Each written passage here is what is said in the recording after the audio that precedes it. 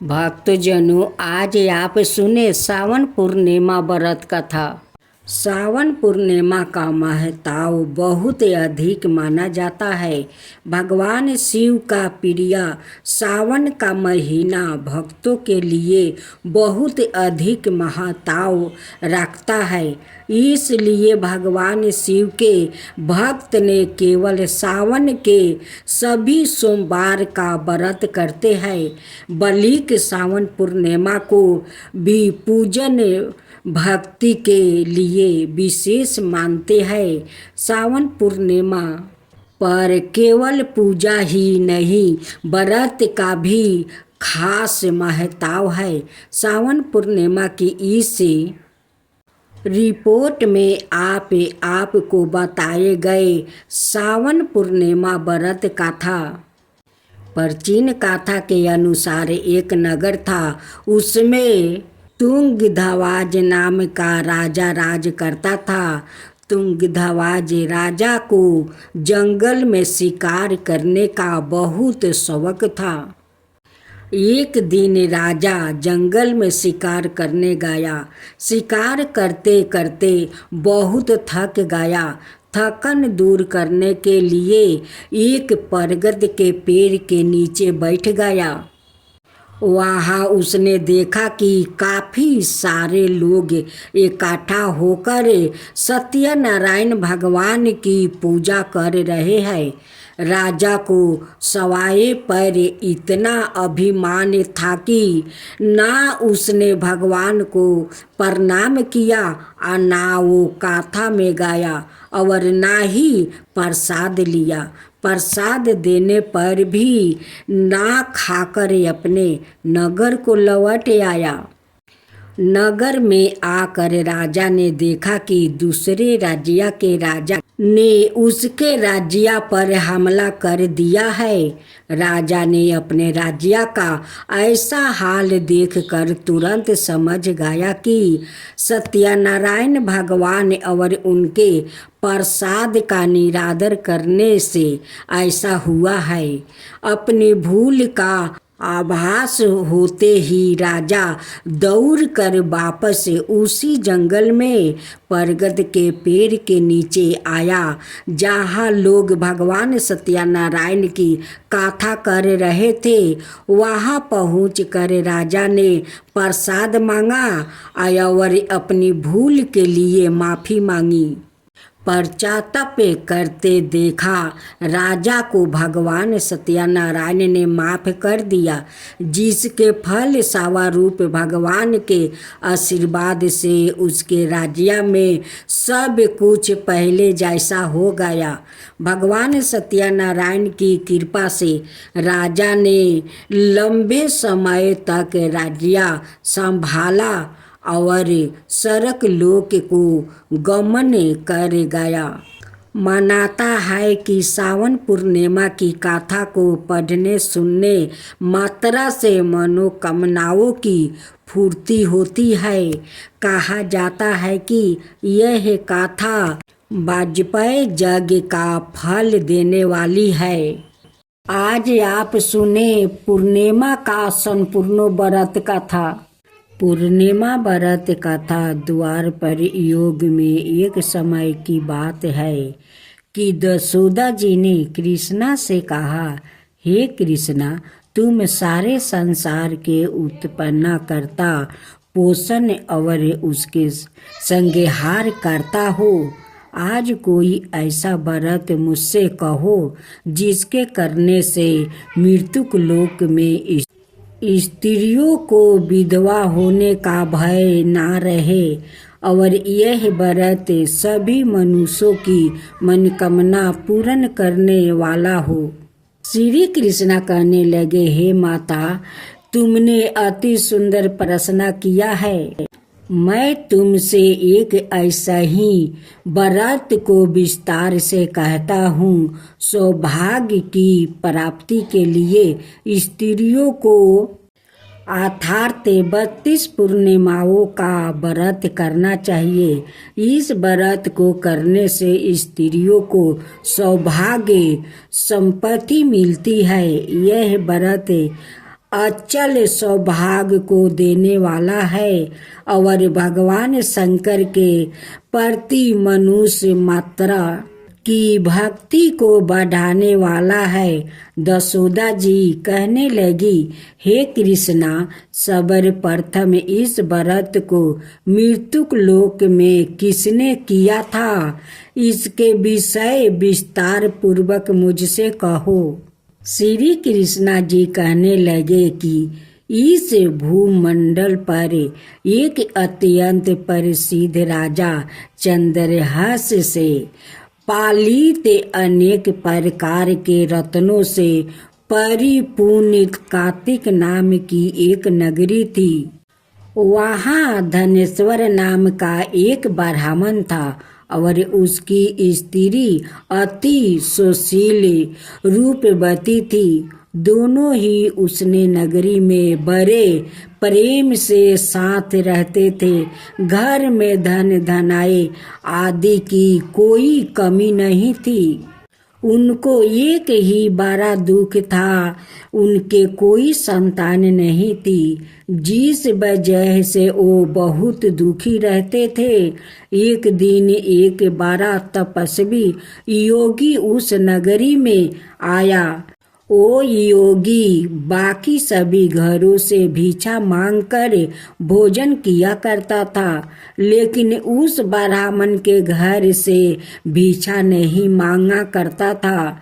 एक दिन योगी गंगा किनारे भिक्षा मांगकर प्रेम पूर्वक खा रहा था कि धनेश्वर ने योगी को यह सब करते देख लिया। सब कार्य किसी प्रकार से देख लिया। अपनी भिक्षा अनादर से दुखी होकर धनेश्वर योगी से बोले, आप सभी के घर से भिक्षा लेते हैं, परंतु मेरे घर की भिक्षा कभी भी नहीं लेते हैं। इसका कारण क्या है? योगी कहने लगा कि आपके धर्म में हमें इस बात की आज्ञा नहीं देता है, क्योंकि अभी आप गृहस्थ जीवन में एक सुख से वंचित है। आपके घर संतान होने पर मैं आपके घर से भी भिक्षा स्वीकार कर लूँगा। उन्होंने कहा कि जिसे संतान नहीं है उसके घर से भिक्षा लेने से मेरे भी पतित हो जाने का भय है।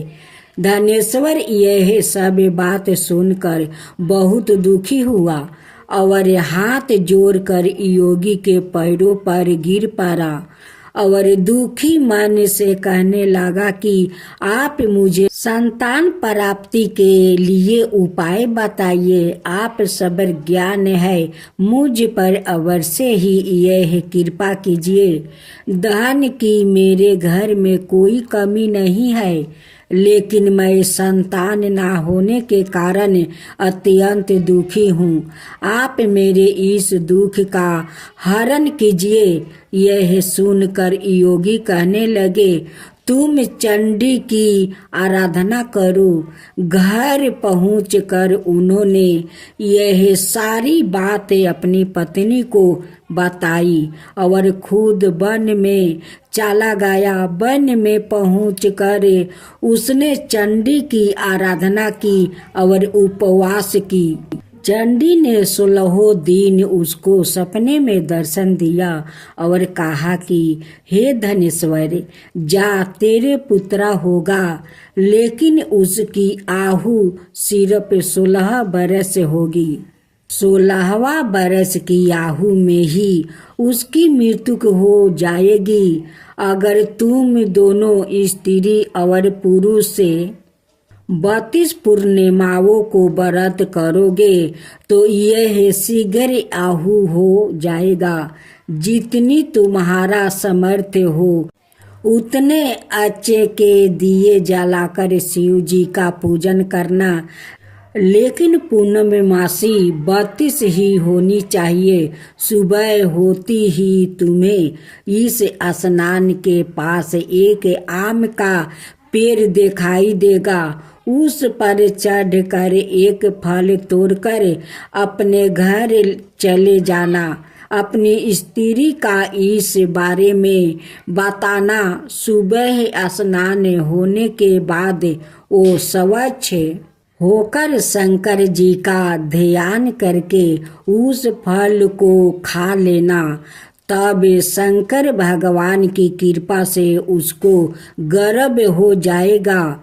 जब ब्राह्मण सुबह उठा तो उसे उस स्थान पर आम का पेड़ दिखाई दिया और वो उस फल तोड़ने के लिए चढ़ा, लेकिन वो पेड़ पर चढ़ नहीं पा रहा था। यह देखकर उसे बड़ी चिंता हुई।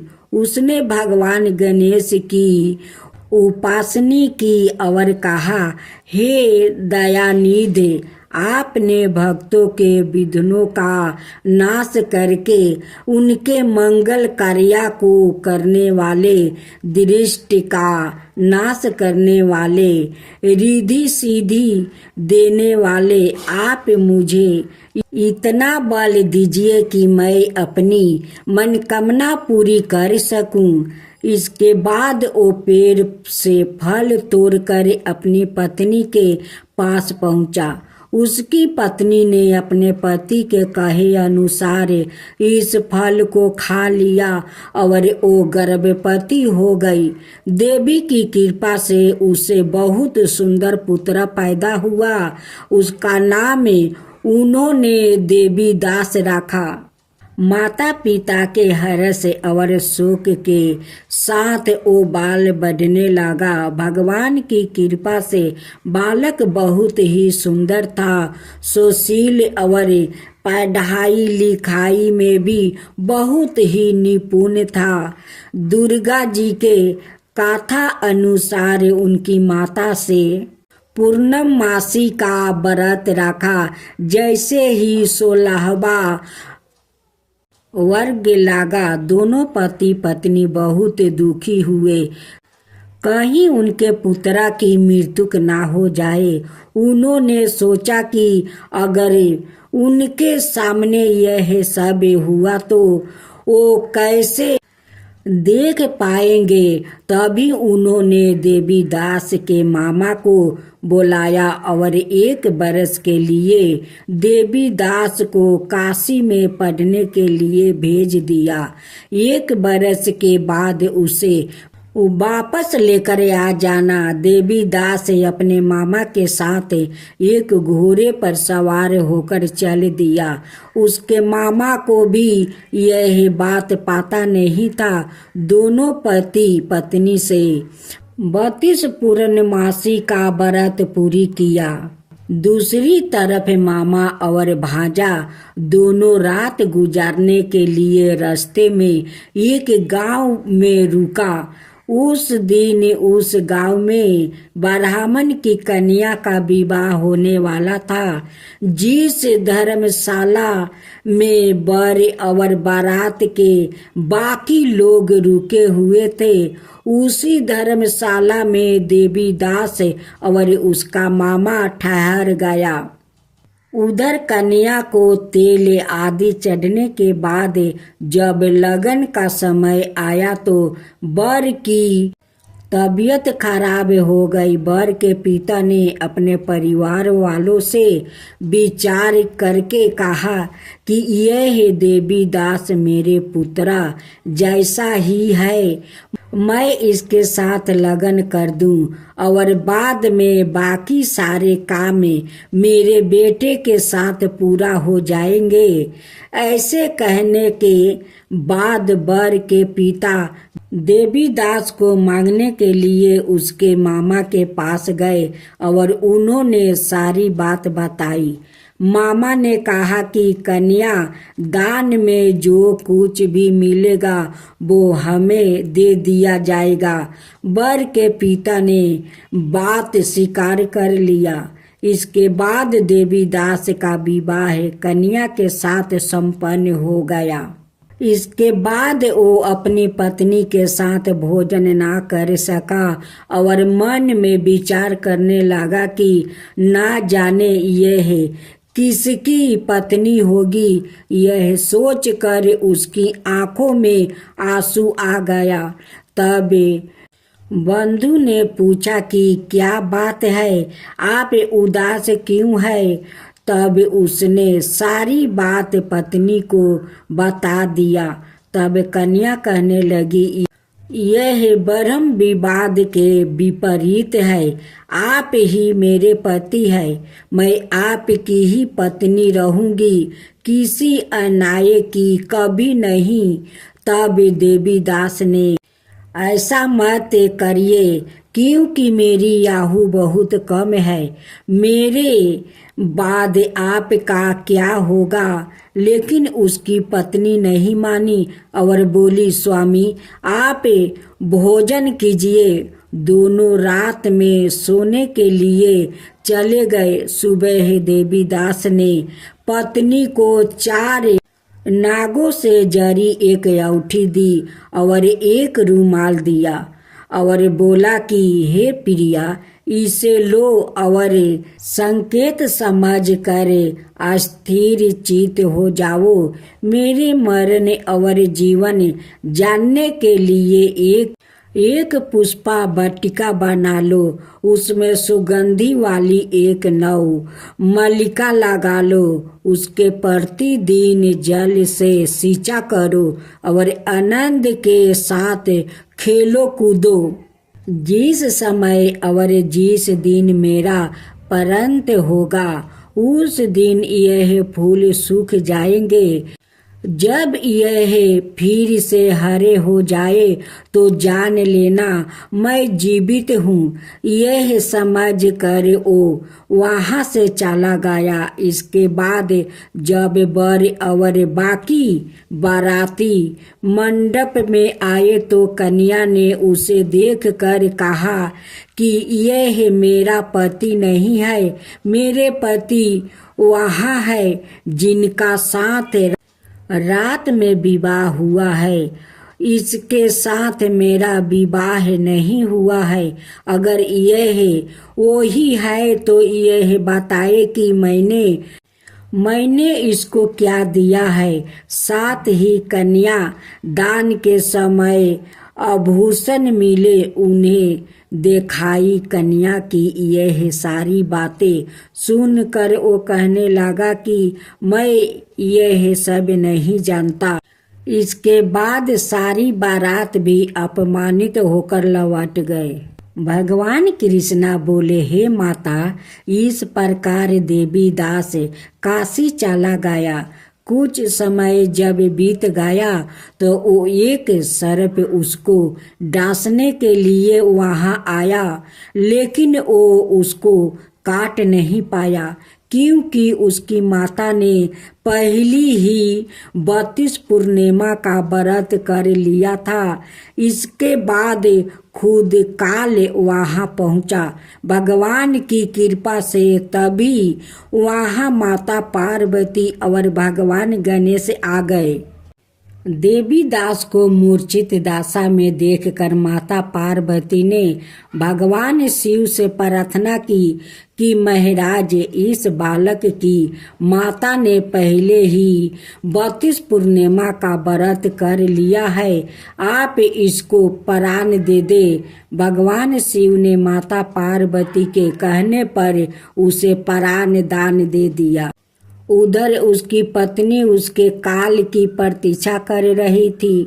उसकी पत्नी ने जाकर देखा कि पुष्प और पत्रा दोनों ही नहीं है, तो उसको बहुत आश्चर्य हुआ।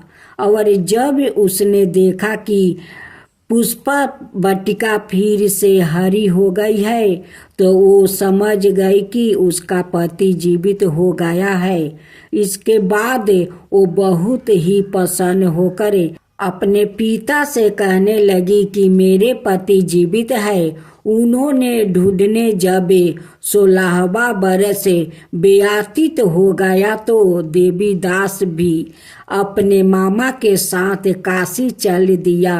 इधर उसकी पत्नी के परिवार वाले उन्हें ढूंढने के लिए जा ही रहे थे कि उन्होंने देखा कि देवीदास और उसका मामा उधर ही आ रहे थे। उसको देखकर उनके ससुर बहुत प्रसन्न हुए और उसे अपने घर ले आया। वहाँ सारा बर इकट्ठा हो गया और कन्या ने भी उसे पहचान लिया। देवीदास ने इसके बाद अपनी पत्नी और मामा को लेकर वहाँ से चल दिया, जिसके ससुर ने भी उसे बहुत धन दहेज दिया।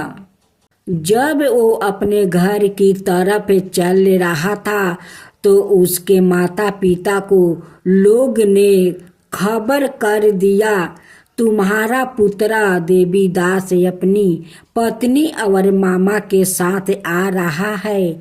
ऐसा समाचार सुनकर पहले तो उन्हें विश्वास नहीं हुआ, लेकिन जब देवीदास आया और उसने अपने माता पिता के पैर छुए तो देवीदास के माता पिता ने उनका माथा चूमा और दोनों को अपने सीने से लगा लिया।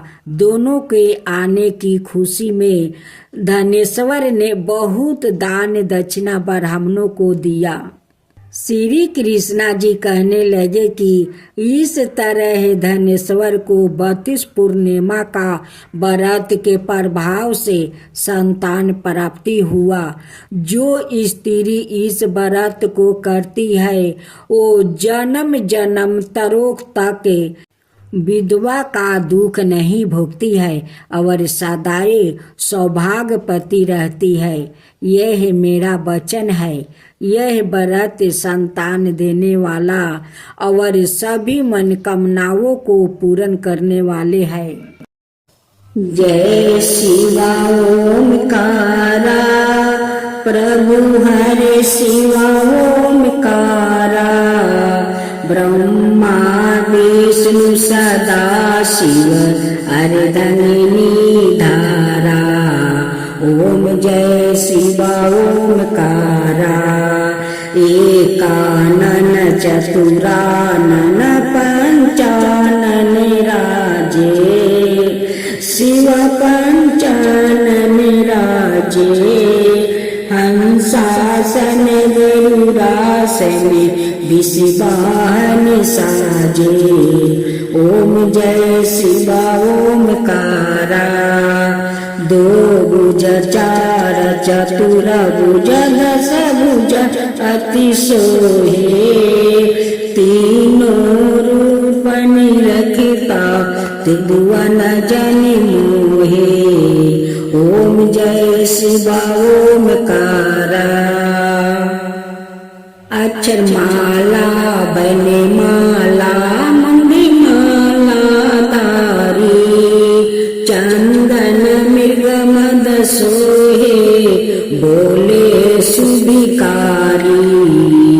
ओम जय शिवा ओमकारा, श्वेतांबर पीतांबर बागंबर अंगे, सनकादिके बरे मादिकी भूतादिकी संगे। ओम जय शिवा ओमकारा, करिके मध्यम कमंडल चक्र त्रिशूल धरता, जग करता जग भरता जग पालन करता। ओम जय शिवा ओमकारा, ब्रह्मा विष्णु सदा शिव जानते अविवेका, प्राण बचर के मध्यम यह तीनों एका। ओम जय शिवा ओमकारा, तीर गुण शिव जी के आरती जो कोई नर गावे, शिवा जो कोई नर गावे। कहत शिवानंद स्वामी मन भजत शिवानंद स्वामी, मन बाचित फल पावे। ओम जय शिवा ओमकारा, जय शिवा ओमकारा।